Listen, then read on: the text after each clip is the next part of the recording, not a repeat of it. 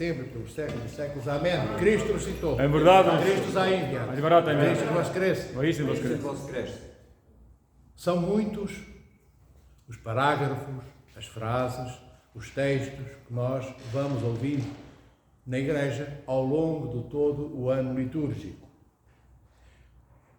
O Evangelho de hoje conta-nos a história de um cego que não ficou cego depois de ter saído do ventre de sua mãe. Ele já nasce assim e não tinha olhos, não tinha globos oculares, como nós temos, tinha 2 orifícios, 2 buracos, em vez das órbitas dos globos oculares que nós temos. Bem, e o Senhor, que é um Deus de profundo amor, de profunda compaixão, de profunda presença junto daqueles que ama, que sente a dor daqueles que a vivem, viu a dor, viu o ostracismo, ou seja, o abandono a que aquele cego tinha sido votado, porque a sociedade olhava para ele como um pedinte, um mendigo e um cego, ou seja, um ser humano inútil, respirava, mas não importava a ninguém da cidade que aquele cego respirasse. Se ele estivesse morto ou vivo, era igual para todos. Mas não foi igual para Nosso Senhor Jesus Cristo. Cristo passa, e Cristo vê, e Cristo olha, e sente, e vive o abandono, a dor e o nada, do qual era feita a herança daquele pobre cego.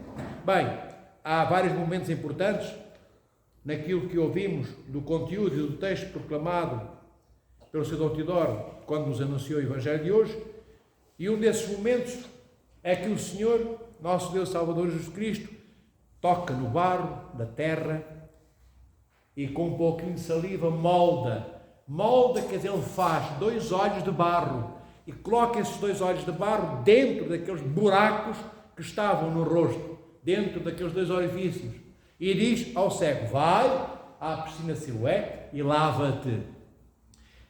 Bem, e será que Nosso Senhor Jesus Cristo precisava que o cego se lavasse para que pudesse ver? Não.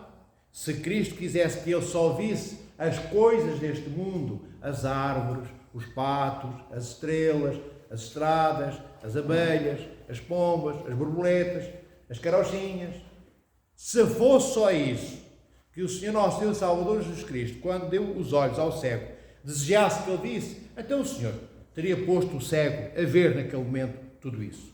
Mas Cristo não queria e não quer que o cego visse e que nós vejamos apenas isso. E isso tudo, sim, que eu mencionei, e mais o resto que não se vê aí na paisagem terrestre. Muitas vezes a dor daqueles que a sentem não vem nos jornais, dizendo: eu estou doente, rezem por mim. Não aparece nome de ninguém, somos todos anónimos. Somos todos invisíveis, menos diante do nosso Senhor Jesus Cristo. Então, quando Cristo envia o cego à piscina Siloé, significa que nos envia e nos convida ao batistério. A piscina de Siloé é o batistério onde todos nós somos batizados. E só depois de nos lavarmos na água na qual somos batizados, somos mergulhados em nome do Pai, do Filho e do Espírito Santo, só a partir desse momento é que nós somos curados.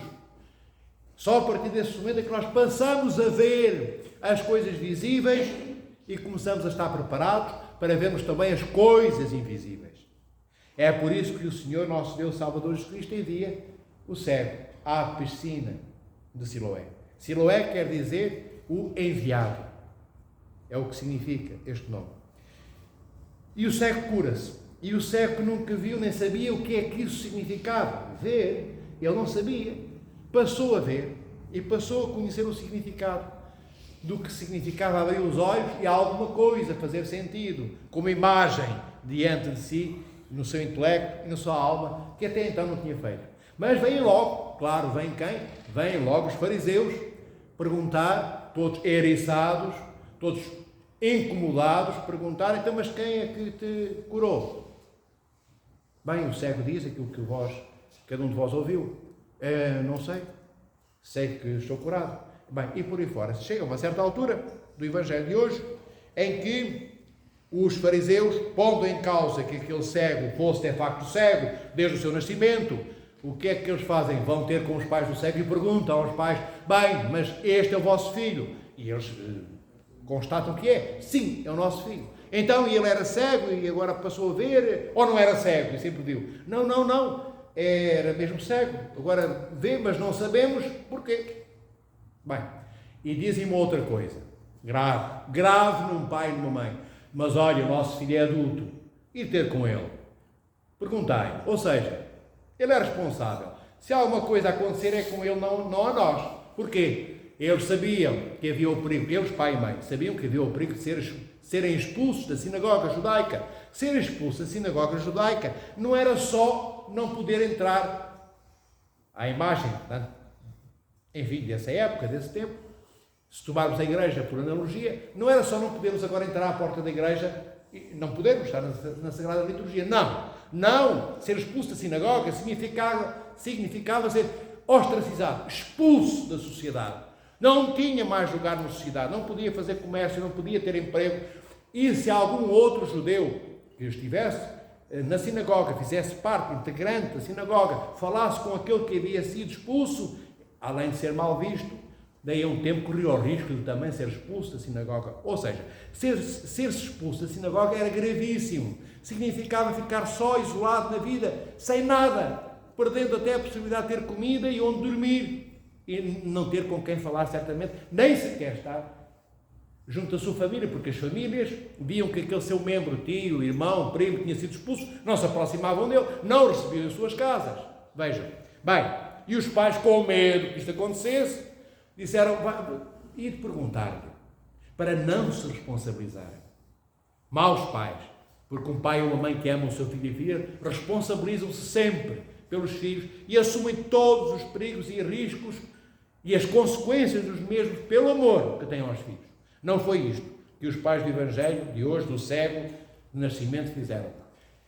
Um outro momento do Evangelho é quando o cego, que já não é cego, que já vê, tem a ousadia, quando os fariseus insistem, perguntando-lhe quem é o nome de quem o curou, o Senhor, o cego, não o nosso Senhor Jesus Cristo, o Senhor que era cego e deixou de o ser, diz-lhes bem, ironizando, com um certo sarcasmo profundo, e eles não gostaram do que ouviram, mas sereis vós, porventura, também vós, sereis vós também, fariseus, discípulos dele, Cristo, daquele que me curou, e eles não gostaram.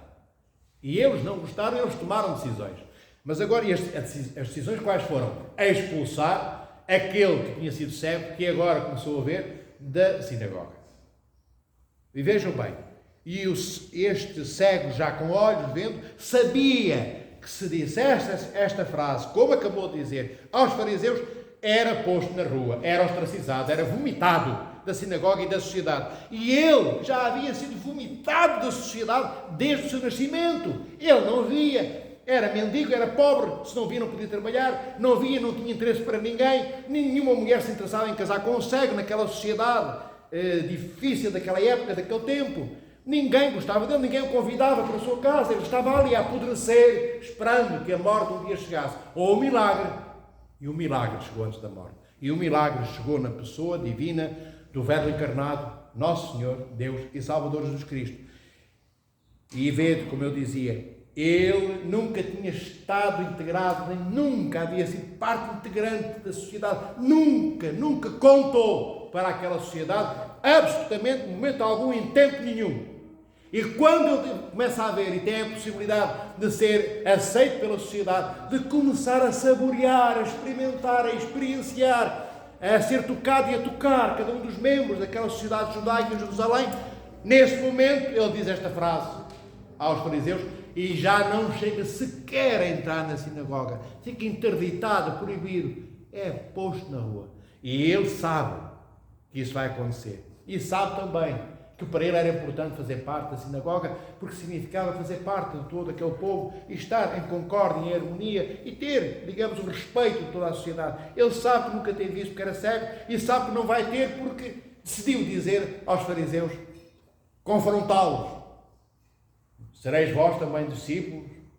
Sereis vós também discípulos daquele que me curou? Ao dizer isto, ele sabia que ia acontecer isto que eu acabei de vos narrar. Então, transportando isto para os nossos dias, a coragem e a vontade firmemente enraizada na certeza de que queremos ser cristãos era, nessa altura, necessária e é imprescindível hoje. Hoje, também o mundo não nos respeita porque somos cristãos. Cada vez menos o faz. Falo pontualmente diante deste ou diante daquela, mas muito raro. Também o mundo, como a sinagoga e os fariseus fizeram ao cego de hoje, que já havia no momento em que foi expulso da sinagoga onde nunca havia entrado, também nós hoje não somos queridos, também nós não somos desejados. Somos olhados como animais exóticos, perdidos na sociedade, que escaparam do zoológico. É um pouco isso, porque os animais exóticos ainda podemos ir ao zoológico vê-los. Nós andamos aí pela sociedade, segundo aquilo que a sociedade entende de nós. E a sociedade quer conforto, quer estabilidade, quer as coisas do mundo, quer o conforto que a tecnologia de ponta hoje dá. E a tecnologia não é má, e ter conforto também não é displicente na nossa vida.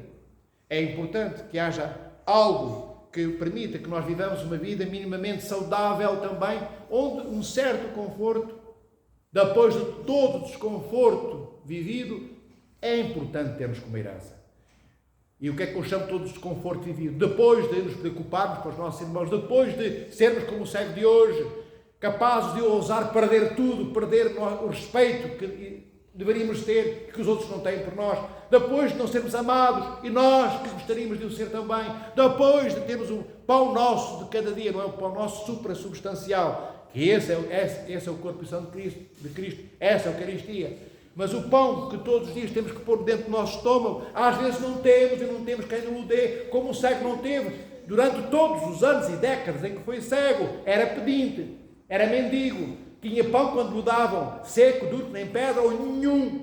Às vezes também não temos, porque somos cristãos e não é bom na sociedade de hoje ser-se cristão, porque ser-se cristão significa ter um horizonte definido na vida. Um horizonte definido significa um horizonte atrás do qual eu corro.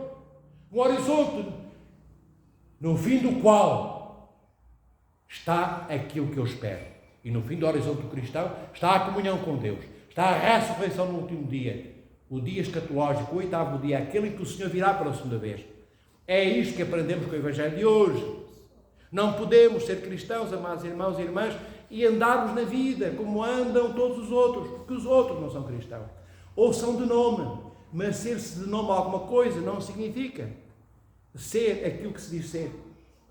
O nome implica responsabilidade. Perguntai a um adepto do Benfica, ou do Sporting, ou do Porto, ou do Braga, ou de outro clube qualquer, se eu posso, se ele aceita que eu, sendo eu do Benfica, ou do Sporting, ou do Porto, que eu trate como parte integrante adepto do outro clube. Perguntar ao benfiquista se eu posso dizer que ele é sportinguista ou se ele tem um porte sportinguista. Vê como é que ele fica assinado. E não estou a falar de Deus, estou a falar apenas do amor a um clube terreno que serve para divertir. É importante, serve também para milhares de outras coisas, para manter a saúde dos nossos jovens, para os remover, retirar dos polos de droga, de intoxicações deste mundo. É bom, mas não é isso que eu estou a tentar dizer, não estou a pôr em causa. As virtudes dos clubes são imensas, desportivos. O que eu quero dizer é que um adepto de uma coisa deste mundo é dedicado à coisa deste mundo da qual ele é adepto. E nós somos cristãos moles, tantas vezes. Não estou a falar de vós que estáis aqui hoje, mas de todos os outros que poderiam estar e não estão,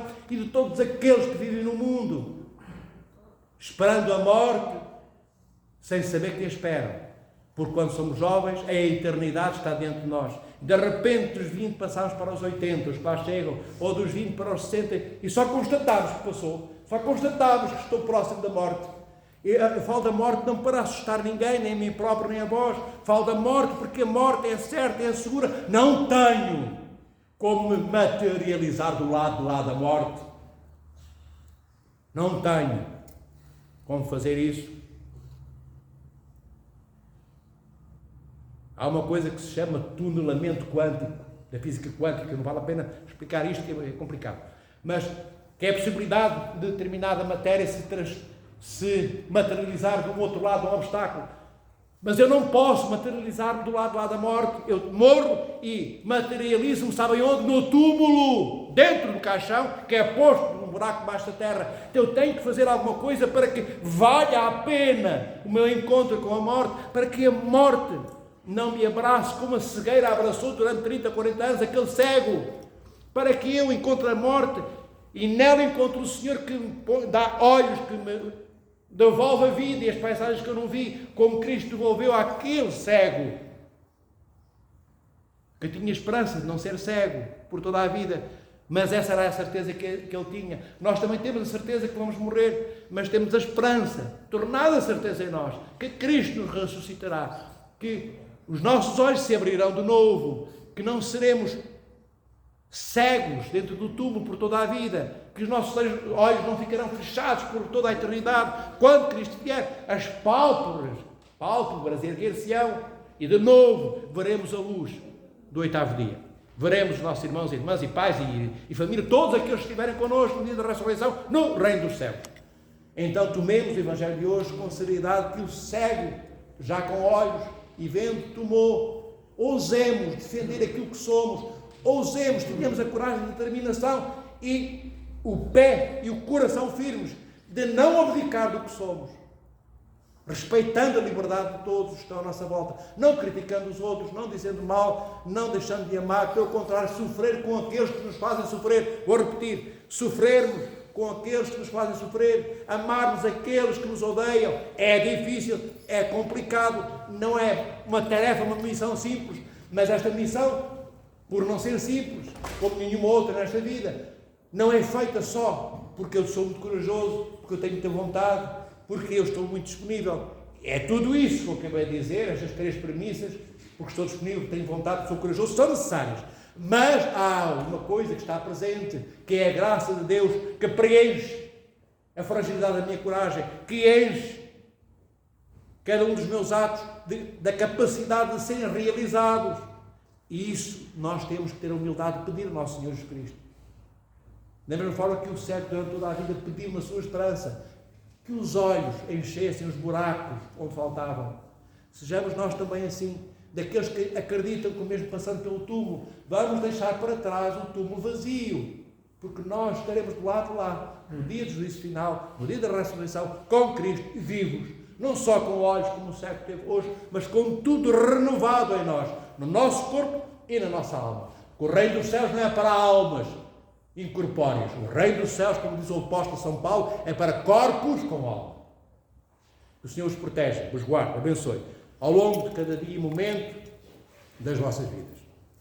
Amai-vos uns aos outros, como o Senhor, nosso Deus, Salvador Jesus Cristo, vos ama. Cristo ressuscitou. Cristo os ha enviado. Cristo vos cresce.